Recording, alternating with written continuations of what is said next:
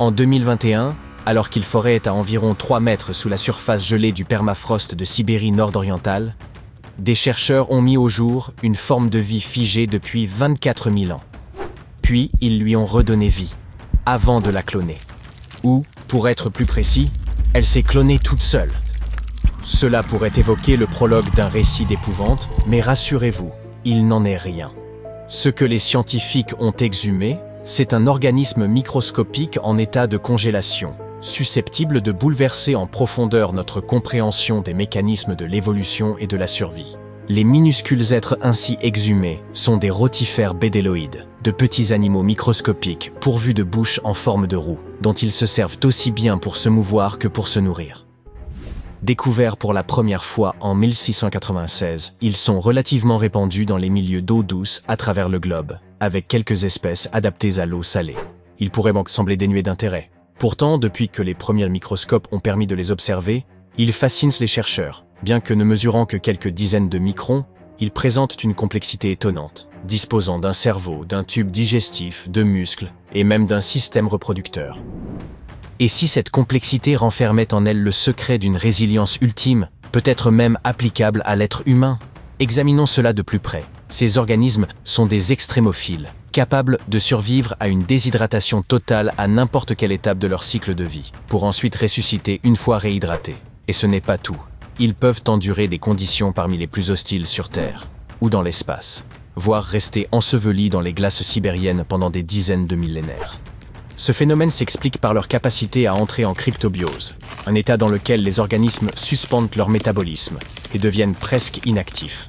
Si cela peut sembler relever du jargon scientifique, sachez que ce principe sous-tend aussi la conservation de nombreux produits que nous consommons au quotidien. Prenons l'exemple de la levure. Les cellules vivantes de levure sont enveloppées d'une couche protectrice faite de cellules mortes et de quelques nutriments.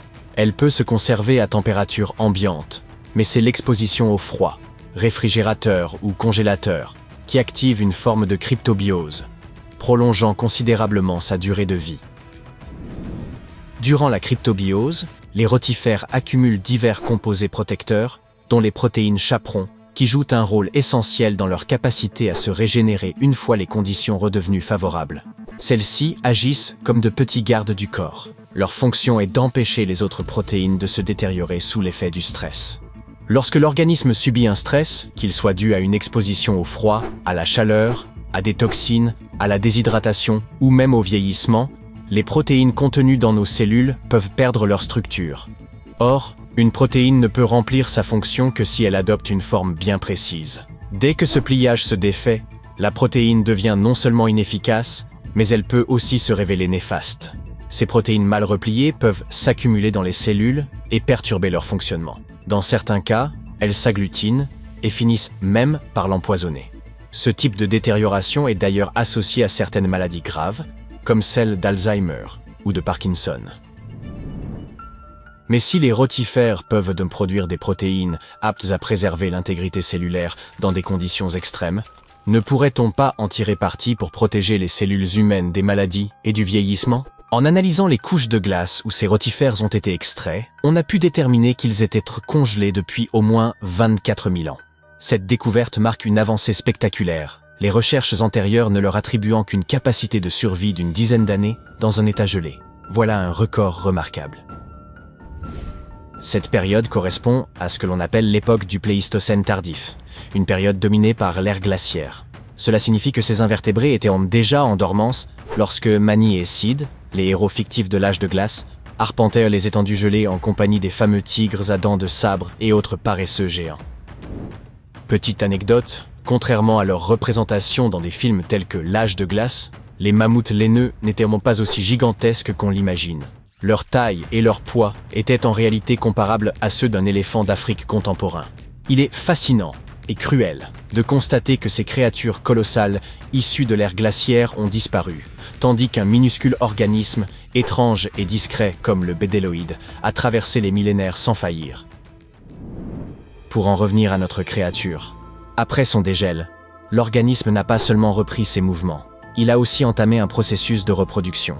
Cela est rendu possible par la parthénogenèse, une forme particulière de reproduction, dans laquelle les embryons se développent à partir d'œufs non fécondés. permettant à l'organisme de se reproduire de façon autonome. Ce procédé s'apparente à une forme de clonage naturel. De nombreux êtres vivants, certains insectes, reptiles, voire quelques espèces d'oiseaux, y ont recours, du moins dans des conditions précises. Chez les abeilles, par exemple, les mâles naissent d'œufs non fécondés par ce biais, ce qui les rend génétiquement identiques à leur mère. Néanmoins, la parthénogenèse est souvent perçue comme un handicap sur le plan évolutif, car elle engendre une diversité génétique limitée, conduisant généralement les espèces qu'on est concernées à disparaître. Pourtant, les rotifères bédéloïdes ont évolué en plus de 450 espèces distinctes sur des millions d'années, un fait d'une rareté exceptionnelle. Leur persistance serait liée à plusieurs adaptations remarquables. La capacité de suspendre leur métabolisme grâce à la cryptobiose, de réparer leur ADN par des protéines spécialisées, et même d'acquérir des gènes utiles issus d'autres organismes par un processus appelé transfert horizontal de gènes. Contrairement à la majorité des animaux qui dépendent exclusivement de l'ADN hérité, ces créatures ont la faculté de s'approprier le matériel génétique de bactéries, de champignons, voire de plantes. Elles l'intègrent ensuite à leur génome, afin d'adopter de nouveaux attributs de survie. Des études ont révélé que jusqu'à 10% de leur génome actif serait d'origine extérieure. Ceci pourrait expliquer leur résistance. Elles incorporent des gènes favorisant la tolérance au stress, la dégradation des toxines ou la réparation des dommages dus aux radiations, modifiant ainsi leur ADN en temps réel. Il ne s'agit pas d'un processus comparable à celui du flagelleur mental de Stranger Things, où une créature en assimile d'autres pour croître et se renforcer. Il faudrait plutôt y voir le stratagème d'un espion subtil, dérobant les plans secrets d'un laboratoire concurrent. Lorsqu'une cellule éclate, comme dans le cas de bactéries mourant à proximité, les bédéloïdes capturent pour les fragments d'ADN dispersés et les incorporent à leur génome. Il est d'ailleurs étonnant de constater que leur espérance de vie en temps normal n'excède guère 2 semaines. L'échantillon de sol qui renfermait ces rotifères contenait également des nématodes ou vers ronds, une autre catégorie de micro-organismes reconnus pour leur aptitude à survivre des dizaines de milliers d'années dans la glace. Et cela ne se limite pas aux seuls animaux microscopiques. Les chercheurs sont parvenus à faire repousser de la mousse antarctique, ainsi que des plants entiers de silène à partir de graines ou d'échantillons restés congelés pendant plusieurs siècles, voire millénaires. En 2016, une équipe japonaise est même parvenue à ranimer des tardigrades, ces oursons d'eau, après 3 décennies passées en cryptobiose. Les tardigrades impressionnent d'autant plus qu'ils peuvent demeurer en vie, plongés dans un état de suspension pendant près de 30 ans, sans nourriture ni eau, tout en résistant à des écarts de température allant d'un froid extrême à 150 degrés.